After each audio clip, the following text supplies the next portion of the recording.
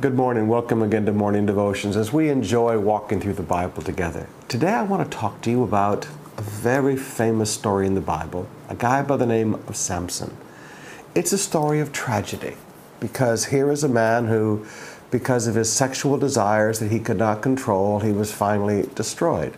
Like some men today, because they cannot control their sexual desires, those sexual desires actually become the trap and a source of destruction in their life. Delilah uses his sexual desires and traps him into a position where she slowly seduces him into telling her the source of his great strength. He really doesn't tell her the whole truth. He tells her that it's all about his hair, but it was really about his Nazirite vow. Now, he loses his hair, he loses his eyes, he's in jail. He becomes an entertainment to his enemies, like a dancing monkey brought out to perform and be mocked and laughed at. But something else had begun to happen. In verse 22 it says, "But the hair on his head began to grow again," and after it had been shaved.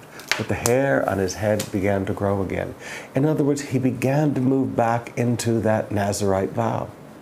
Now, many of you are listening to me today, and you've made vows before God and then broken those vows, and you wound up in a lot of tragedy. It took time for you to grow into the obedience of that vow the first time, and it will take time for you to grow into the obedience of that vow the second time. But there is hope. This is the thing that you have to realize. God is not a God who loves to punish you. God is the God of eternal encouragement.